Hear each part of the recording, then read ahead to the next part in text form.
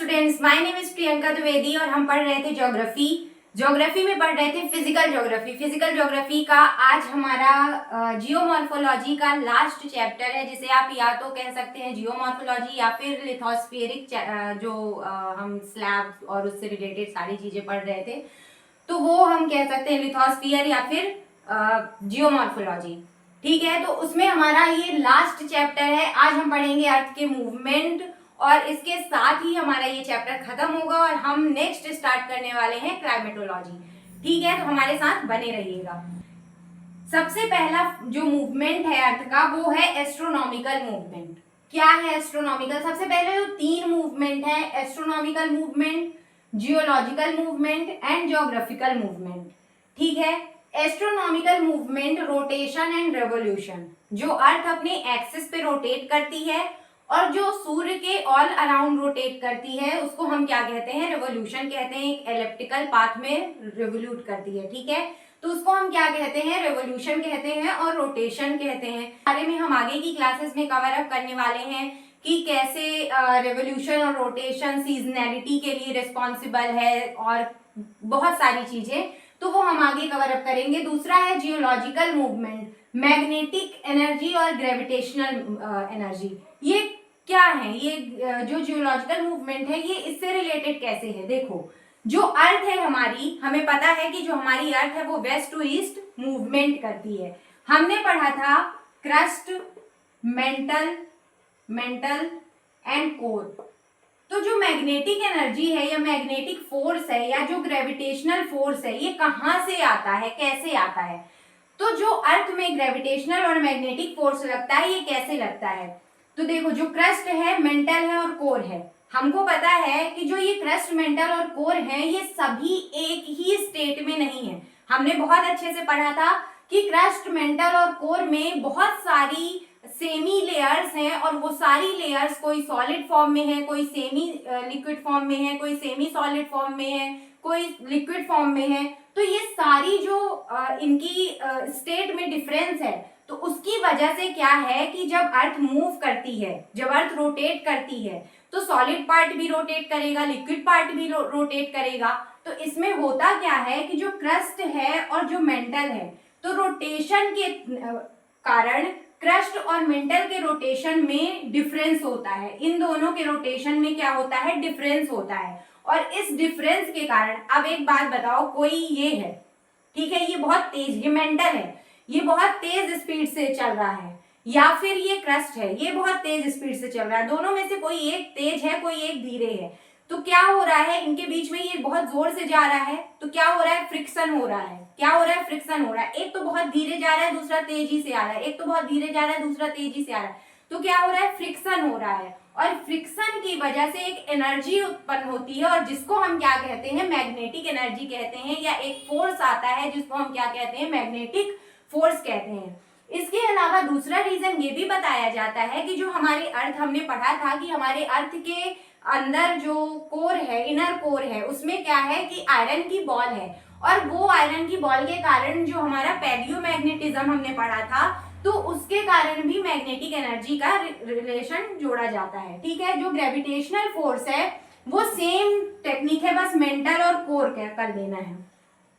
ठीक है, मेंटल और कोर की रोटेशनल स्पीड में डिफरेंस होने के कारण क्या होता है? फ्रिक्शन आता है, और फ्रिक्शन की वजह से एक एनर्जी डेवलप होती है, एक फोर्स डेवलप होता है, जिसको हम क्या कहते हैं? ग्रेविटेशनल फोर्स कहते हैं। क्या यहां तक क्लियर है? इसके आगे हम आते हैं अपनी ज्योग्राफी पे। ठीक है, ग्रेविटेशनल फोर्स हो गया, रोटेशन रेवोल्यूशन हो गया। अब आते हैं जो हमने एक्चुअल में अभी तक पढ़ा है और उसको कनेक्ट करने की बारी है।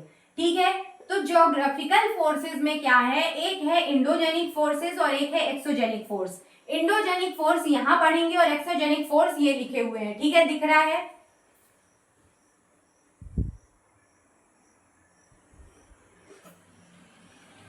ठीक है, तो इंडोजेनिक फोर्सेस में एक है डायस्ट्रॉफिक फोर्स, दूसरा है सडन फोर्स। सडन फोर्स जैसे सडन वॉल्केनिक इरप्शन आ गया, सडन कोई लैंड मास नीचे धंस गया, ठीक है, या सडन अर्थक्वेक आ गया, तो ये सब किस में आते हैं, अर्थक्वेक, वोल्केनिक इरप्शन, ये सब किस में आते हैं, ये सब आते हैं सडन फोर्स में। सडन फोर्स की वजह से ये सब कुछ हो जाता है, ठीक है। लेकिन एंडोजेनिक फोर्स में दूसरा पार्ट है डायस्ट्रॉफिक, मतलब ये सडन नहीं है, ये एक प्रोसेस है। डायस्ट्रॉफिक का मतलब क्या है कि ये सडन नहीं है, ये एक प्रोसेस है जो टाइम लेती है, ठीक है। तो इसमें एक आता है एपिरोजेनिक और दूसरा है ओरोजेनिक, ठीक है। अब यहाँ पे हम रिकलेक्ट करेंगे सबमर्जेंस और इमरजेंस से। सबमर्जेंस मतलब नीचे, सबडक्शन, नीचे जाना। इमरजेंस मतलब ऊपर उठना, कोई चीज, किसी चीज का निर्माण हो रहा है, ठीक है। इमरजेंस मतलब कोई चीज का निर्माण हो रहा है, ऊपर उठ रहा है, और सबमर्जेंस मतलब नीचे जा रहा है।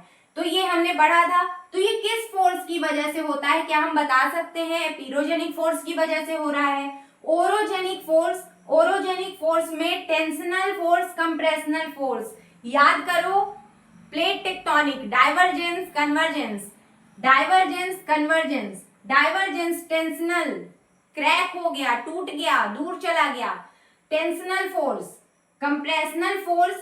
ये सब क्यों पढ़ा रहे हैं? ये सब इसलिए पढ़ा रहे हैं कि जब हम आंसर राइटिंग करेंगे तो आंसर राइटिंग में कहीं ना कहीं ये सारे वर्ड्स, ये सारे टर्म यूज होंगे। अगर हम यहाँ पे लिखेंगे एपिरोजेनिक फोर्स, यहाँ पे लिखेंगे डायस्ट्रॉफिक फोर्स, तो अलग ही इफेक्ट पड़ेगा, ठीक है। तो टेंशनल फोर्स हो गया। कंप्रेशनल फोर्स मतलब कन्वर्जेंस, मतलब कि फोल्ड हो रहा है, कंप्रेशन लग रहा है, ठीक है। कंप्रेशन, संपीड़न जिसको कहते हैं, ठीक है। कंप्रेशनल फोर्स, इसके दो तरीके हैं, एक तो वार्पिंग हो गया, एक फोल्डिंग हो गया। वार्पिंग मतलब अप एंड डाउन, ये थोड़ा सा सबमर्जेंस और इमरजेंस से अलग है। वार्पिंग का मतलब है कि कोई या तो ऐसे डोम लाइक स्ट्रक्चर बन गया, कोई डोम लाइक स्ट्रक्चर, या फिर कोई ऐसे गड्ढा टाइप में बन गया, बहुत बड़ा बेसिन बन गया, जिसको कई बार बहुत बड़े बड़े बेसिन होते हैं, पानी के वाटर बेसिन होते हैं, तो गड्ढे में ही होते हैं, मतलब एक स्लो डाउन एरिया होता है एक, उसको हम क्या कहते हैं? उसको हम कहते हैं वार्पिंग। और फोल्डिंग मतलब कि फोल्ड हो रहा है, मतलब कुछ इस तरीके से हुआ, कुछ इस तरीके से हुआ, फिर और इस तरीके से हुआ, फिर टूट गया।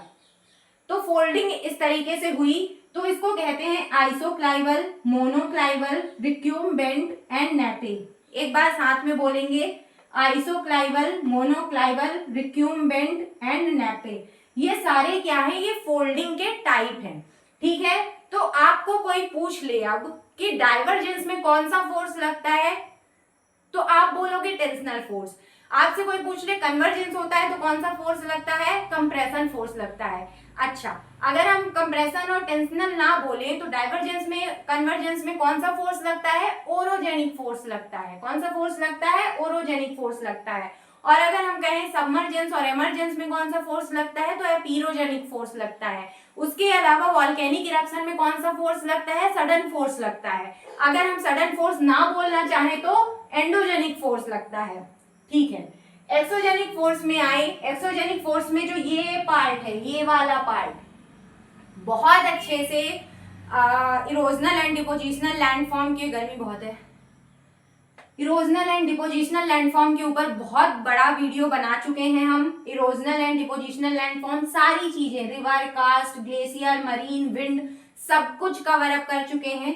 उसके अलावा वेदरिंग, वेदरिंग में फिजिकल वेदरिंग, जैसे कि दिन हुआ, ठीक है, सूर्य का प्रकाश आया, फिर रात हो गई, ठंडक का मौसम हो गया, तो रॉक क्या होती है? रॉक में खिंचाव होता है और सिकुड़न होती है, कंप्रेशन और एक्सपेंशन होता है, एक्सपेंशन और कंप्रेशन होता है, जिसकी वजह से रॉक क्या होती है? धीरे धीरे, अब आप ही बताओ, किसी चीज को बार बार ऐसे ऐसे ऐसे ऐसे ऐसे ऐसे खींचोगे, करोगे तो वो टूटेगी ही। तो वैसे ही फिजिकल वेदरिंग, फिजिकल वेदरिंग के अंदर, वेदरिंग हमने बताया था कि रॉक का टूटना, और इरोजन और वेदरिंग में अंतर भी बताया था।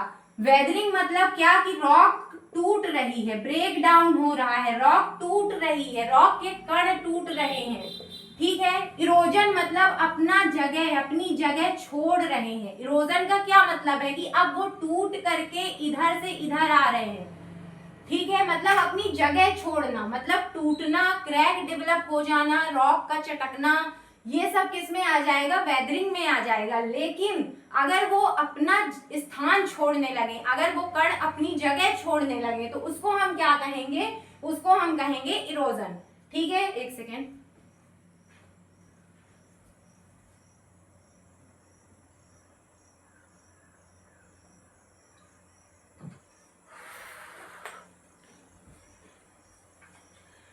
उसको हम क्या कहेंगे, उसको हम कहेंगे इरोजन।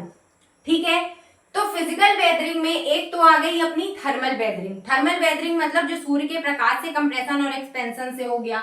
दूसरा वाटर की वजह से भी हो गया, रॉक वाटर के संपर्क में आती है, हमने बहुत अच्छे से पढ़ा है, टूटना। ठीक है, उसके बाद केमिकल वेदरिंग में केमिकल कंपोजिशन जैसे ऑक्सीडेशन हो गया, ठीक है, हाइड्रेशन हो गया, डिसिलिकेशन हो गया, सिलिका चला गया, या कोई भी केमिकल है सपोज पानी के संपर्क में आया तो रॉक टूटने लग गई, तो केमिकल रिएक्शन हुआ होगा, या सिलिका चला जाता है, या आयरन लॉस हो जाता है, या रॉक में कोई ना कोई वीकनेस आ जाती है जिसकी वजह से रॉक टूट जाती है। तो केमिकल वेदरिंग का मतलब है कि कंपोजिशन कोई ना कोई केमिकल का टूटता है, या कोई ना कोई केमिकल रिएक्शन होता है, जैसे ऑक्सीडेशन हो गया, डिसिलिकेशन हो गया, हाइड्रेशन हो गया। तो ये सारे जो केमिकल रिएक्शन है उसकी वजह से रॉक का टूटना क्या हो जाता है, केमिकल वेदरिंग कहलाता है। बायोलॉजिकल वेदरिंग मतलब कि इसमें कोई जीव है, जीवाणु है, वो क्या करता है, मिट्टी को मान लो खोद खोद के इकट्ठा कर रहा है और फिर एक जगह से दूसरी जगह लेके जा रहा है, या पेड़ की जड़ों के पास ये अधिकतर होता है। ठीक है, तो ये क्या कहलाता है, एनिमल बोरोइंग, बायोलॉजिकल वेदरिंग कहलाती है। ठीक है, तो इस तरीके से कुछ ये सारी चीजें जो फोर्स हैं, जो कहना चाहिए मूवमेंट है, ये सारी चीजें हमने कवर करने की कोशिश की। वैसे तो ये लास्ट जो था इस पे मैंने पहले सोचा वीडियो नहीं बनाते हैं, लेकिन ठीक है, आप तक ये पहुंचा। तो मिलते हैं, यहाँ तक हमारा जियोमॉर्फोलॉजी का जो लिथोस्फीयर का जो पार्ट था वो यहाँ तक था। इसके आगे हम बढ़ते हैं नेक्स्ट क्लाइमेटोलॉजी में, हमारे साथ बने रहिएगा। मिलते हैं नेक्स्ट वीडियो में, तब तक के लिए जय हिंद।